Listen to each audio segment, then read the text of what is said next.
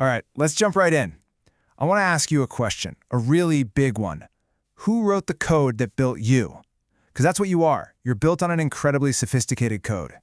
So deep inside every single one of your cells, and I mean everyone, there's a language, a code that we call DNA. And that code is about 3 billion letters long. To give you some perspective, if you were to print all of that out, you'd have about 5,000 books. That's a stack of books 200 feet tall. And that's the instruction manual for you, tucked inside one single tiny cell. But of course, you're not just one cell, are you? No, you have about 37 trillion of them. So that means you have 37 trillion copies of that entire 200-foot-tall library of information inside of you right this second. And every single time one of those cells divides, it has to copy the whole thing perfectly. But here's the part that just blows my mind, the precision. When your cells copy those 3 billion letters, which, by the way, they do in about 8 hours, they have their own built-in spell checker. And this spell checker is so good, it catches mistakes with 99.9999999% accuracy. Think about that.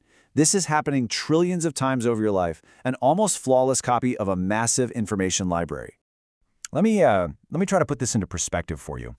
Think about the software that runs your computer, something like Microsoft Windows. That's about 50 million lines of code. It took thousands of the smartest programmers in the world years to write it, and let's be honest, it still crashes, right? Now compare that to your DNA. 3 billion letters of code. It runs with this unbelievable consistency. It literally repairs itself when it gets damaged, and it copies itself almost perfectly. So you have to ask yourself, how does an information system this complex, this efficient, even come to exist? Okay, so we've got this insane code, but what does it do? Well, this is where it gets even crazier. Let's take a look at what this code actually builds. It builds literal machines. And I'm not talking metaphorically here. I mean actual functioning motors, delivery trucks, and power plants running inside every single one of your cells. Okay, first up, the bacterial flagellum. This thing is basically a tiny outboard motor for a bacterium. It is so small you could line up 2,000 of them across the width of a single human hair. And yet it spins at 100,000 RPM. That's faster than a race car engine. And it can stop on a dime and throw itself into reverse in a quarter of a turn. It's just a masterpiece of nanoengineering. And look at this. It's not just like a motor, it is a motor. It has all the parts we'd recognize if we were building one ourselves. You've got a rotor, a drive shaft, a propeller, even bushings and bearings. It's made of about 40 different, highly specialized protein parts, and they all have to work together in perfect sync. The idea that something this intricate just assembled itself by accident is, well, it's a real challenge. This brings up a really important idea. It's a concept called irreducible complexity. Now, the easiest way to get your head around it is to think about a simple mousetrap. A mousetrap has 5 or 6 parts, right? The base, the spring, the hammer. Now, if you take away just one of those parts, say the spring, you don't get a mousetrap that works half as well. You get a broken piece of junk that doesn't work at all. It's all or nothing. And it's the exact same thing with the flagellum. A motor with 39 parts instead of 40 doesn't just swim a little slower. It doesn't swim at all. It's completely useless. But it's not just a flagellum. Check this out. This little guy is kinesin.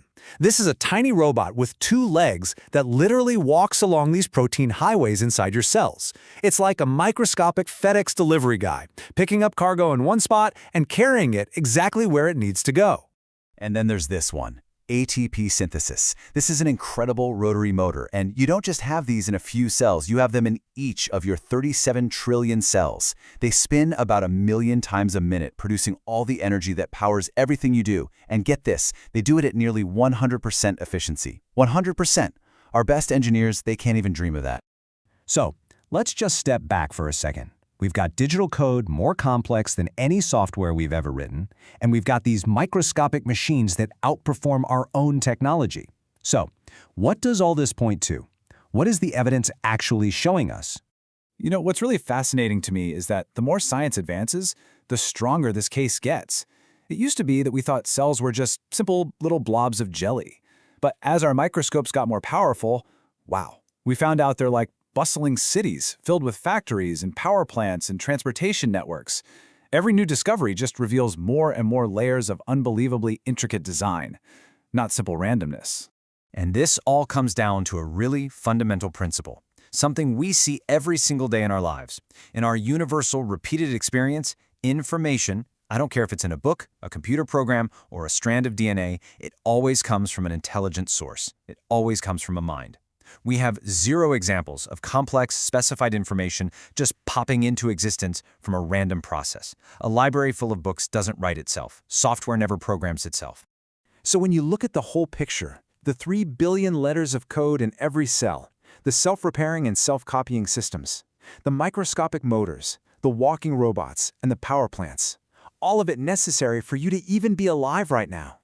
I just have to ask the final question. Are we really supposed to believe that all of this just assembled itself by accident?